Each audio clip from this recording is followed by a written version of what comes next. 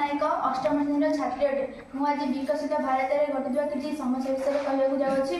ग्रामांचल विद्युत समस्या और यार समाधान पर सौर शक्ति व्यवहार सौर शक्ति और पवन शक्ति को सुविनियोग ग्रामांचल बारंबार विद्युत कटा जो लोक मैंने दैनंदिन जीवन में बहु समस्या सम्मुखीन होती।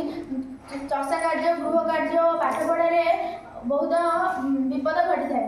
आम अंचल ग्रामांचल होता जो विद्युत संजोग केतेक अंचल स्थले अधिकांश अंचल हो पारि नाही।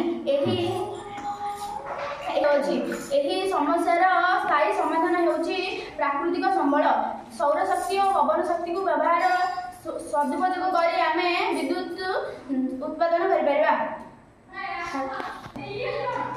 दैनंदिन जीवन में व्यवहार करिपरिबा जेपरिक चषा कार्य सोलार पंप द्वारा जलसेचन सोलार लैंप सौर पैनल व्यवहार करी प्रत्येक घर को विद्युत जोगाण सोलार पंप व्यवहार करी प्रत्येक घर को जल जोगाण वन्य जंतु ठारू सुरक्षा और विभिन्न व्यवसाय जेपरिक पशुपालन और मत्स्य चाष करिपरिबा। सोलार पैनल व्यवहार करी आम जदि विद्युत शक्ति उत्पादन करिया आम पई ताहा केते दूर लाभदायक हबो?